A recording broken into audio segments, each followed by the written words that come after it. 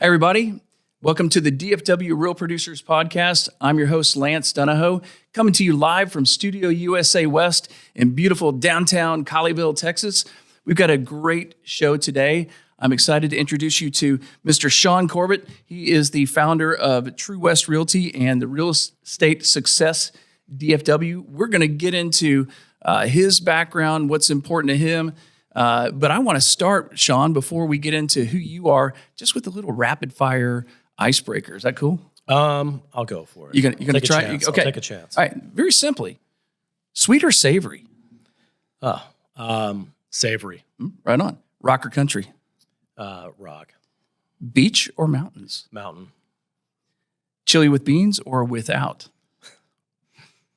Without. Right on. Brick and mortar or cloud-based? For the future, cloud-based for sure. All right. Success through hard work or success through smart networking? All about smart networking. Luxury condo in uptown Dallas or a sprawling ranch in Fort Worth? Get me out of the city. I'll be in Fort Worth in a sprawling ranch. All right. Helping a first-time home buyer or closing a big investment property? My connection's first-time home buyer. That's probably my better connection. All right. Make a difference in a client's life or influence the entire DFW real estate market? I'm real big on influence. Be remembered for your kindness or for your industry expertise? Probably expertise. That's going to flow a little bit better for you. Those are good questions. Yeah. Yeah, I love it. All right. Well, that was a little help from ChatGPT. So, very good. Well, that does tell us a little bit about you and what's important, but I'd like to get a bit more specific, Shaune. Tell us who you are. As I mentioned, you are the founder of TruWest Realty, which is a little bit of a unique model that you've created, sort of a unique type of a real estate model. And then also you're the founder of Real Estate Success DFW. But how'd you get here? Who are you, man? Well, I came in the highway. No, I'm kidding. For me, I don't know why I'm in real estate. It's one of those things, right? These things happen. I don't think I was predestined for real estate. I was vice president of human resources for about 10 years after college. And I did that. And I got to understanding that employee and employer benefits they had a competition of, the employer wanted them to work 100 hours a week. Employees wanted to work 40 hours a week or at most. And, they had competing interests. And I got really good at bringing them together and understanding what they both wanted. So I was always kind of in that mediary position. And that's a broker by nature, is bringing two parties with conflicting ideas or what they're looking to get out of it together to make it work. So it's always been a gift that I've been able to really focus on and hone in on. I opened up my license and I sat for about 3 years dormant, and then I went straight to broker. So I never worked for a broker, never worked for the big box brokers, they didn't have cloud-based back then. Right. This is back in about 2004, 2005. Oh, right. And I opened up a brokerage and never knew how to do splits. I had people that wanted to join me. So I just started kind of like thinking, if it were me, this is what I would like. And so I kind of just making it up as you go along. I did, yeah. And I started innovating a number of things in the process of what would make it better, as a better experience for the client, as a better experience for agents. And all these things kind of started playing into the way I designed and came up with the processes and things like that. I did follow the model. I think I was the 70-30 on my leads, 80-20 on your leads. I followed a pretty consistent model with that. And as you sold enough real estate, I would start tiering you into a smaller part of yours, because I knew at some point you can't charge them a lot forever. Eventually, Sure. They're going to be like, hey, I can go make a lot more somewhere else. How am I going to retain you? So I had to start, tiering it and doing a lot of that. And man, I just got tired of going through this tiering process and adjusting it as my agents were growing and selling more real estate. So I ended up making a switch from doing it all myself. I had about 10 agents at the time, and I moved to a cloud-based brokerage. And I went from selling myself probably about 8 to 10 million a year personally as a broker, Right. to I think I did 38 million about 2 years after that. Wow. And then I went from 10 agents to about 30 agents in the same amount of time, about 2 years. So I made way more money and I worked a lot less. And I always struggle with understanding like why most brokers don't see that. And I kind of joke about it. To me, real estate brokers of small boutique offices are generally broke.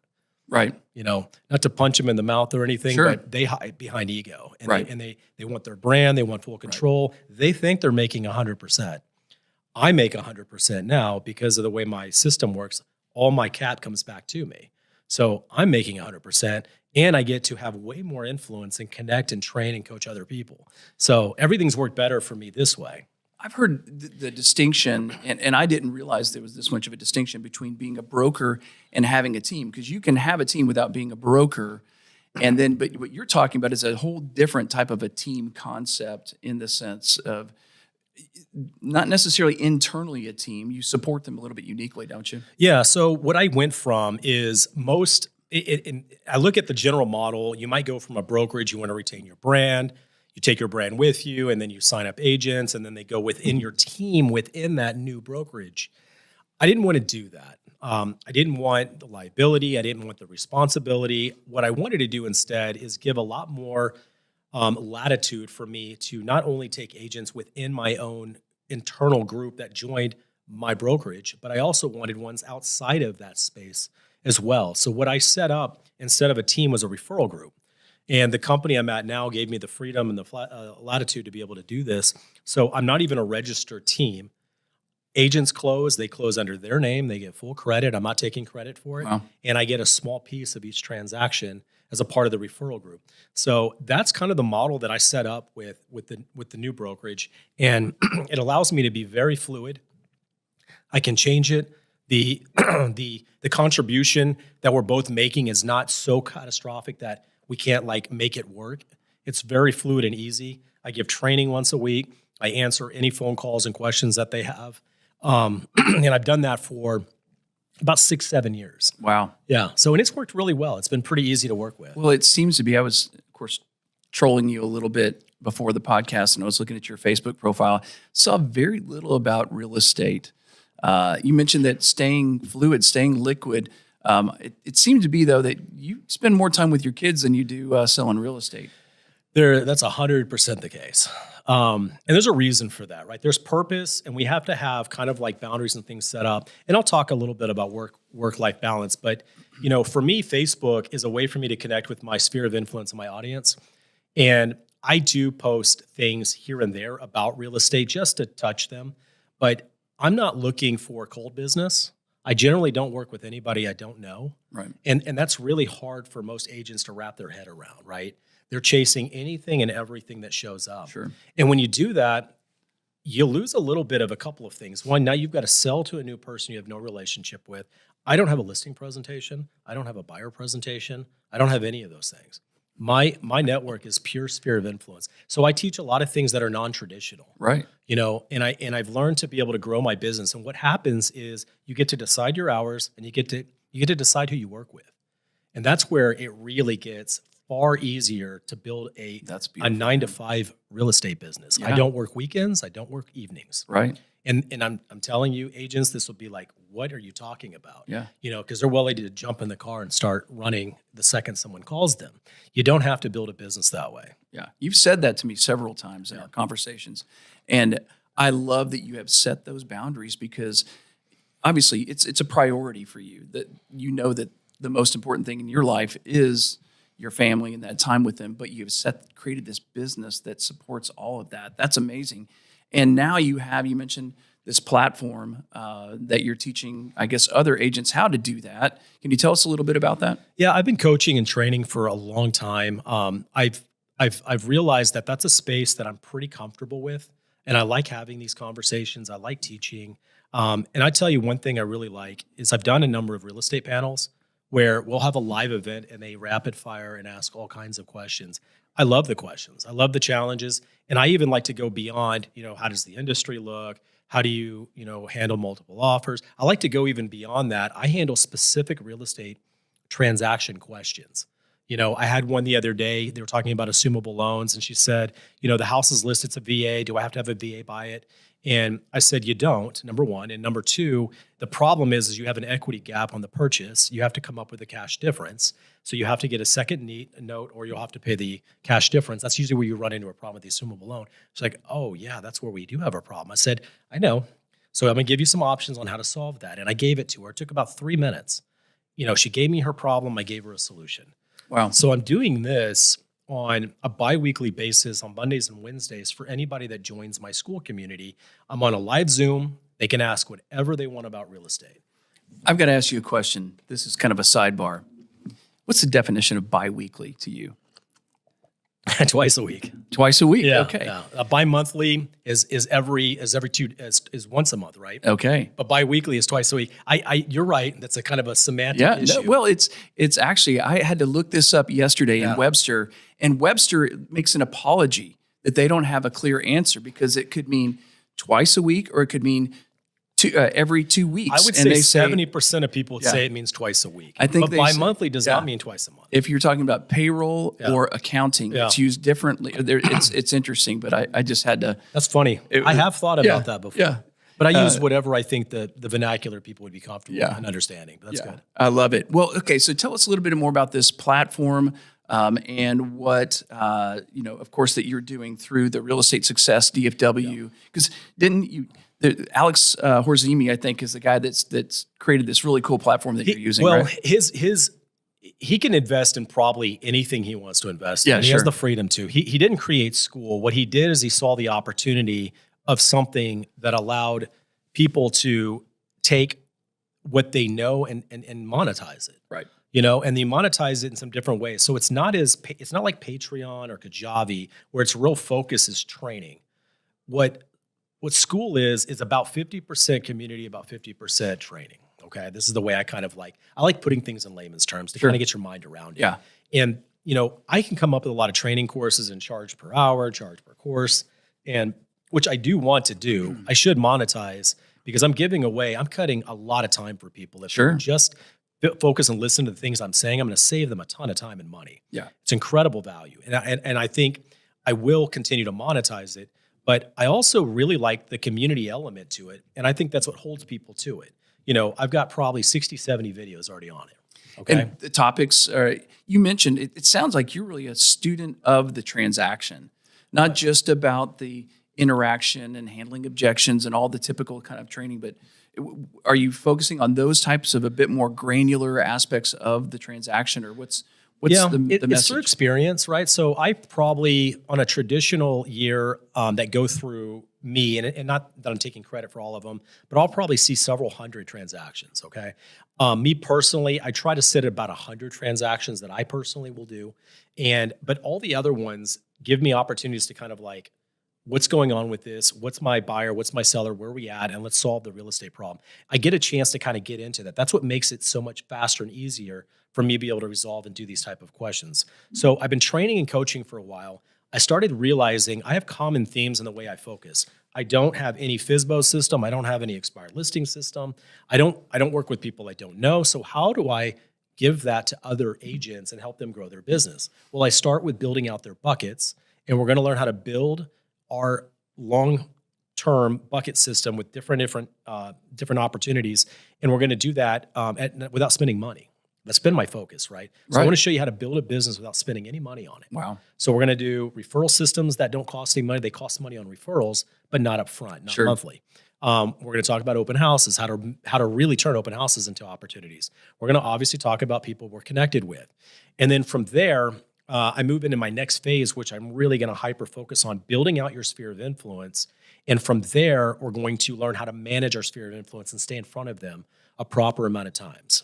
For every 7 people you have in your sphere of influence and primary contact, which is they know you by first name, you know them by first name, you're going to gain a referral every year. Love that. And that's only 7. Right. Do you know at least 7 people by first name? Yeah, absolutely. Okay. Well, I figured you probably Shaune? Yeah. You got one. One. So stay in front of me 40 touches a year, and I'll think of you when it's time for me to buy or sell, or I know someone that needs to buy or sell, right? That's the opportunity. You'll probably just, because you've been around, you know a lot of people, you could probably have 400 to 500 pretty quick. I think the average person has at least 300, right? Did anyone use an extra 30 to 40 closings a year on referrals? And I know it works. I currently have roughly about 750 that I stay in touch with 40 times a year. And I get a lead every day of the week. Okay, I have a referral every day of the week. I get it on average. And that turns into, obviously I'm not closing 40 deals, a month, but it does turn into about 8 to 10 because you got to convert those as well. I get the opportunity, things happen, they're not ready, whatever. But I convert that to about 8 to 10 referral closes a month. So that's what I'm teaching other people. And then the last phase is once you reach about 4 to 5 closings a month on average, then you're going to have to start scaling. And I have a scalability module that I'm still training and working through right now. Similar to yours, that doesn't necessarily involve building a team or a brokerage? No, you don't need any of those things. Okay. I'm not asking anyone to invest any money, in order to be able to build out these things, right? The objective is we're going to build our buckets, do our sphere of influence, and then we're going to scale the business. And scaling the business has to do with VAs, admin, how to do certain marketing, how to do annual marketing that can be done monthly. I mean, there's all kinds of different scalable things that we're gonna dive into. So you've got this platform that you're sharing that. You're also doing a lot of live courses and things like that. In fact, I think we've got one scheduled for January 29th here at the Cherry Creek Mortgage Classroom. Isn't that right? Yep. And I've got you guys are going to help me with the videography and the recording that, we can make use of it and be able to make that available to other people as well. Yeah. That one specifically is going to be really hyper-focused on building your sphere of influence and then what to do with it, how to manage it. That's going to be what that one's about. So that's early 2025. Let's kind of keep going for the rest of the year. What are your plans? What's kind of hot on your mind and a focus for 2025? Sure. Two things. Right now, we mentioned earlier, I have Real Estate Success DFW with Shaune Corbett is what the podcast is called. That one, I expect to be if not the number one podcast for real estate agents in Dallas-Fort Worth. I expect that by the spring. That's my target.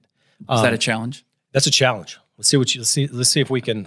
Let's check our numbers when we're done. Right. But my focus is, and I'm really real targeted on it. Right. I want producing agents. I want them to have a story. I want to have a good conversation, kind of like what we're doing. Right. Right. It's a very similar space. Yeah.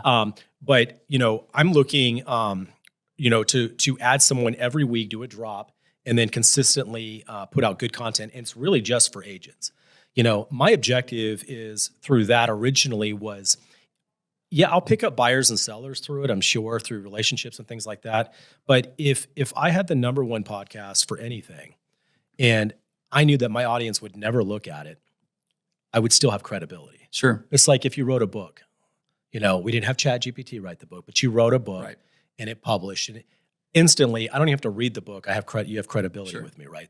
That's a little bit of the part of the process. But the other end goal would be I'm looking to attract agents and help them grow their business directly with me.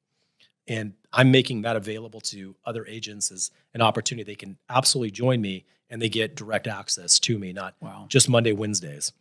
It's interesting in the conversations with a lot of the agents that we've been meeting with, there's a lot of collaboration. And I consider that kind of a collaborative thing. You're showing up with something without asking necessarily for something. You're showing up with a fruit basket of goodies for people, and that creates so much more influence. I've seen realtors change their perspective on how they approach their clients, their partners, and other agents. It seems like it's kind of a theme going into 2025. It's about adding value wherever you go. Would you? Well, so what's happened is we've got a big gap in what's happened with the brokers and how they adjust and relate to agents. There's a big gap that's kind of been growing.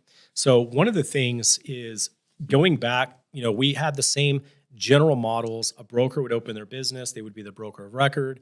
Agents would join like any other traditional business, insurance, stockbroker, all those things. You go to a broker, they hold a license, and they're responsible and liable. But they would actually build a brand, and everyone would come underneath that brand, and then you would represent the brand, right? You got the Remax, the KW, Coldwell Bankers. Coldwell Bankers, the original. Right. So you go way back, and that's how they all set it up and run it. And they ran this all the way until just about the early 2000s. That includes buying the building. That includes staffing it with admin. That includes having support. That includes having trainers. And it's very costly. And we reached a point where when with the advent of the internet and buyers and sellers now had information in their fingertips, the need for a building and intense training and having all that was less appealing to the end buyer. Right. And end buyers started becoming more informed, and they see less value in that. So the shift went from brokers selling real estates to agents selling real estates. That's a big change. Sure. And I tell people this all the time. I said, you spend so much energy thinking that broker brand is selling you real estate. I promise you, when you leave, all those clients go with you. They're not staying with the broker. Sure. I promise you that those days are over. Okay. Yeah. But one of the interrupters was the cloud-based model. So go ahead. What you were going to say? No, that was what I was going to get at is there is that shift. And there was a big shift initially from brick and mortar because of COVID and everything else to cloud-based. Are you seeing some of it though? Like you mentioned, the original Coldwell bankers, a lot of these brick and mortars are actually they're digging deeper into that brick and mortar and creating spaces for at least people to come to. But they're operating differently. They've created sort of a hybrid version. Well, they have, right? Yeah. So they may have reduced their cost to be a part of it where they weren't taking, 50%. A lot of them are getting down to 20, 30% and making it a lot more considered, something other agents would consider. What they do offer and what we realized was the big gap, because cloud-based started right around, let's say 2012-ish, where large-scale cloud-based businesses, right? They had other ones before, but the interrupters came in, and that's where things started really changing. And it worked really well. It was explosive. Everyone's like, why am I paying for all these fees? I don't need the advertisement. I'm the one selling real estate. I'll promote myself. And they had that great idea. And a lot of them did not even look at brick and mortar as competition. They looked at platforms as competition, which would be your Redfins and your Zillows. And that really changed the way that they looked at all of this. But there are costs. Yes, your average cost to run your business is far leaner. You're way more efficient. You have access to really good information, but you're on an island. Right. So the problem that they now created is the community took a major hit. And agents in general, for years, I kind of think about this at a very high level. And I think about agency in general as kind of a social gathering opportunity. And I'll tell you, 99% of the agents probably make less than $150,000 a year in GCI, which is your gross commission income. Sure. When you think that's not really much of a livable wage. After paying all expenses, paying your broker and everything, you can't live on a net of $70,000, $80,000 in our market today. Right. So they do it kind of as a social experiment, which is incredible to me. Yeah. And I realized that a lot of them just like that community. And the cloud-based brokerages broke that. They don't offer easy, accessible community. That's where I come in with my platform that I'm working with School. And School's not designed for agency specifically, but it gives me a place where half of it's community, half of it is training. And I wanted to say, okay, great. I don't care where you're at. You don't have to be in my brokerage or under my group or anything like that. I'm going to give you a value add opportunity for you to be able to connect with a community, ask questions, and I'm available just the same. Yeah. And I promise you, I've been doing this a long time. I probably know a lot more than your broker because they don't sell real estate. A lot of these big companies have brokers that don't sell real estate. Right. I sell a lot of real estate, and I'm also going to answer and tell you how to solve a problem. Now, I won't answer legal questions, and I'll defer them to the broker. But 99% of the questions are not not legal questions. They're just like, we're stuck at this. Buyer won't do this. Seller won't do this, and I'll show you how to clean it up pretty fast. So, looking ahead to 2025, let's look back. 2024, we're just kind of coming out of that. Last thing before we finish that, going forward, I want to build a very large, sustainable, and I think it's probably built into what I'm saying, but that's really kind of my number one priority in 2025 is to build out my podcast and also to and take all your market share. And then I'll share because it pays so much money, right? It doesn't monetize. I'm not going to have tens of thousands. It's just not going to monetize, but it gives credibility. Sure. Right. I mean, that's what it's all about. And then the other one is my school-based community. I like to see 1,000+ members, and I'm really targeted. Yeah. I named it after my podcast, Real Estate Success DFW, and I'm targeted with DFW. And people keep asking me, "Aren't you just too restrictive?" I said, the answer is you can join my school group anywhere in the U.S. I'm going to probably be able to give the same type of advice and help. Training is going to work the same, but I also want the community benefit, and I don't have a way that we can all get together that way. So my target's going to be a DFW. I'm going to have people outside of it. For sure I will. I've already got a number of them that are going to start joining that are not in my area. But I want to do like breakfast time. I want to do I've got a headshot thing I want to do in the spring. Oh, right. Have everybody out together. Hey, let's economize. We'll put all our resources together, bring a couple vendors out, and we'll do headshots and hors d'oeuvres, right? I mean, just have some fun with it. Well, and that's totally in alignment with the rest of your life, the local, the relational, where you're not traveling all the time, your priorities with your family. That sounds to me, something very authentic in that you're building a community that works for you. It may not work, and you, of course, you could probably duplicate that in other markets if you wanted to in the future. But at that point, it maybe doesn't have to be you running it either. So that's brilliant, man. Yeah. Yeah. Thank you. So obviously you're doing some smart things, but you're probably somebody like me that got smart the hard way by learning hard lessons. What's a lesson learned from 2024 that you're bringing into 2025 that you go, well, I won't do that again? I'll tell you probably the most valuable lesson. Would you give me a little bit of latitude, maybe go back to Absolutely. So when I built, remember, I never worked for a broker. I didn't have some of the basic things that I probably should have been taught. And the first thing all brokers start with is let's look at your phone and check your calendar or all your contacts. I went 20 years selling real estate without any type of direct contact consideration of my sphere of influence. And 2021 was an explosive year, I think, for most of us. I think even 2022 was pretty good. But going into 2022, which started dying at the end, and then it died in 2023, and we're still in kind of that real estate recession space. Like this year was the lowest transaction count in like 35 years, right? So we're in this kind of real estate vacuum and dead space. I looked at and I started realizing that people that know, like, and trust me, which is your sphere of influence, are not calling me for real estate. And I couldn't understand. I'm like, not to pat my own ego, but you've got the best real estate agent in Dallas-Fort Worth right here in your back pocket, and you called someone else. And you know why they called someone else? Because they didn't know I sold real estate. Right. No lie. Yeah. I think everybody knows I sell That's real amazing. estate because I sell a lot of real estate. Yeah. And that is not true. Yeah. Imagine someone just selling, the normal volume, let's say 12 to 15 transactions. Nobody knows they're selling real estate unless they're posting it nonstop and nobody wants to hear it. Right. So I wanted to think, okay, I got to fix that. Those are the easiest people to convert. I get to choose my clients. I get to choose my hours. I get the highest percentage of gross commission out of it because I don't have to share with anyone. And I started going through and I started doing audibles and book studies. And I started looking at how do you build an effective sphere of influence in real estate. And actually Gary Keller in his Millionaire Agent book, really talks about that in one of his chapters. Didn't put a whole lot of energy into it, but he basically focuses everyone needs to get to a sphere of influence-based business and some of the exact reasons I'm telling you. I didn't invent this, right? I'm just looking at the way they thought about it, and it makes total sense. So he said that, and I don't remember his math, but it's something very similar to the math I just gave you earlier. And then I found a guy named Brian Eisenhower. He wrote specifically to real estate agents how to build your sphere of influence for real estate agents specifically. So I went through the entire thing. I took a bunch of copious notes, and I said, okay, I first have to get into my database. And I had 4,000 people in there. And it took me 2 months, hours, when I'm not selling houses, going through each person and identifying, are they primary, secondary, other, or agent? And I'll give the reason for all this, separately because it would take some time. But I went through and identified every single person. Sure. And now I was able to build an effective database out of my phone. Mm-hmm. Then you have to build a few systems in place to be able to take that database and make use of it in CRMs or, email systems and things like that.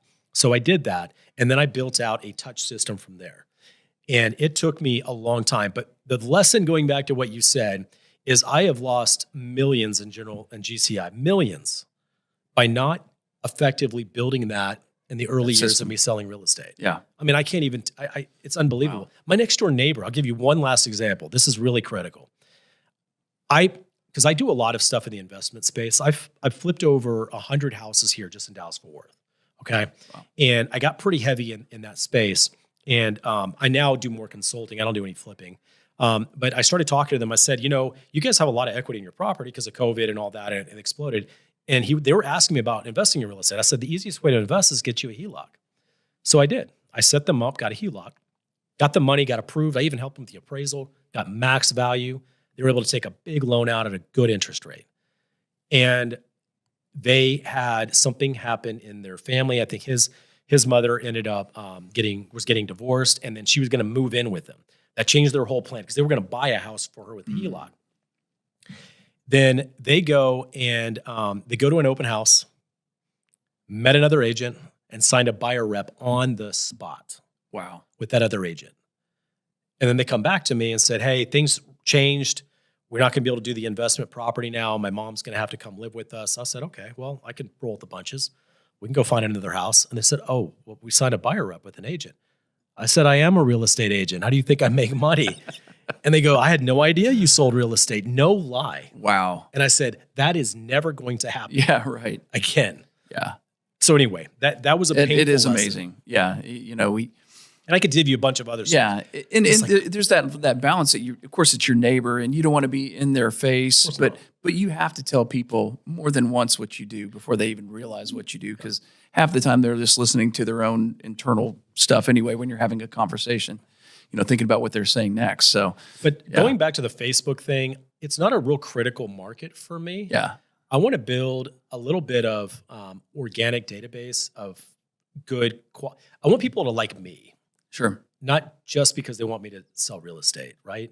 And I know Facebook is the positive things. Right. I don't post any of our fights, and right. Yeah. I don't post any of that. I saw you tormenting some kids with a drone or something. It looked like you don't worry about all my tricks.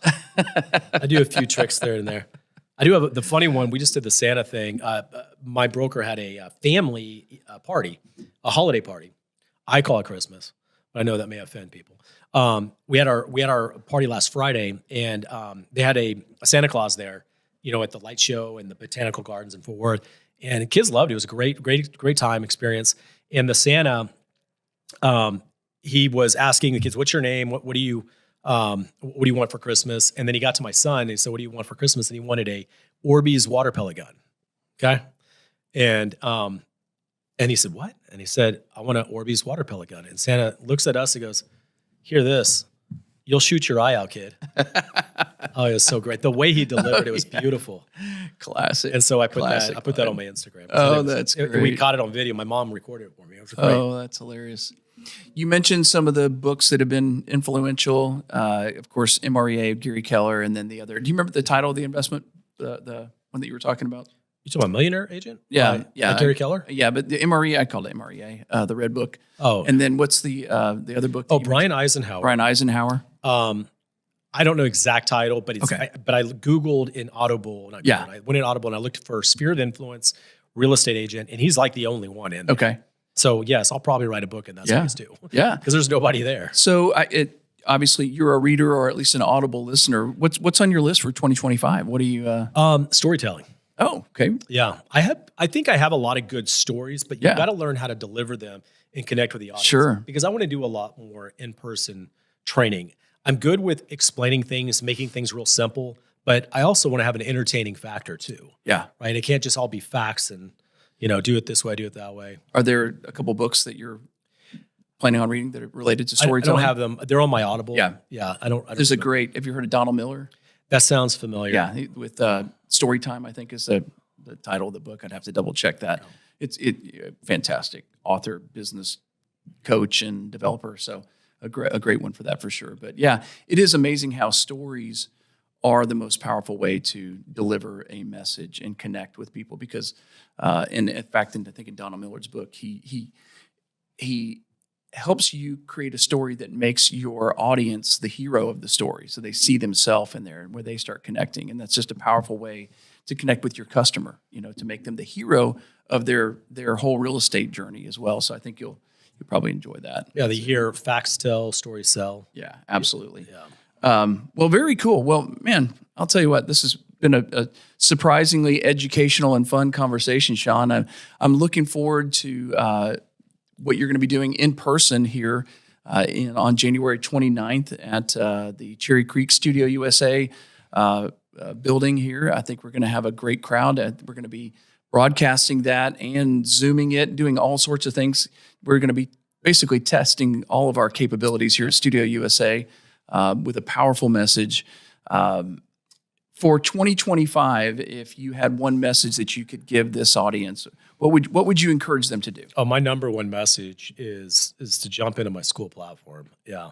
Right now, I'm going to make it just free. I just opened it 3 weeks ago.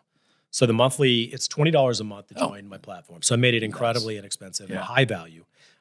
It's going to be free for the first 50 members, and then it'll come back up to the $20 value, because I need to have a community in there. It's not so fair for the first few in there that have no community. They're paying a membership, even though I have good training and stuff. So that I'm going to make that offer. And then, we're going to do the training the end of January. And if they want to be a part of that, they can connect with you and you can refer them to me. But the school community has been going to be my real heavy focus. Podcast is easy. Sure. I don't even let anyone schedule anymore. What's the title of the podcast? How can Real Estate Success DFW. Okay. And the school platform, how can they find? And my podcast's on every channel. It's okay. On Audible or not Audible. I did not do it on Audible. I saw a podcast on there. I was like, why would you have a podcast on there? Yeah. And ironically, the one I saw the podcast on, I started listening to it, and I called her and I said, hey, I heard your podcast on Audible. I didn't realize they even had that available. And the company I work with to help set all this up for me has reasons for it. But I ended up connecting with her, and then I ended up bringing her on my podcast and interviewing her. She's got like 100,000 subscribers. She's done pretty well. Yeah. So she's got the only podcast on Audible. So well, there's that. Well, not subscribing to that. Her main YouTube channels and things like that. That's where her influence is. So I'm on Google. I'm on Apple, and then where I focus for most of my stuff is my YouTube channel. Right. So I have a YouTube channel. It's called Real Estate Success DFW. Yep. That's the title of it. So if somebody were to Google that or to search that in YouTube or on Spotify or those. And I'm easy to find wherever this is being videoed and stuff. We'll have my contact. Okay. I'm very transparent. My phone number is everywhere. I'm easy to find. Very good. Well, Shaune, thank you so much for coming. And folks, thanks so much for listening today. We are here every Tuesday coming to you live from Studio USA, and we look forward to seeing you the next time on DFW Real Producers Podcast.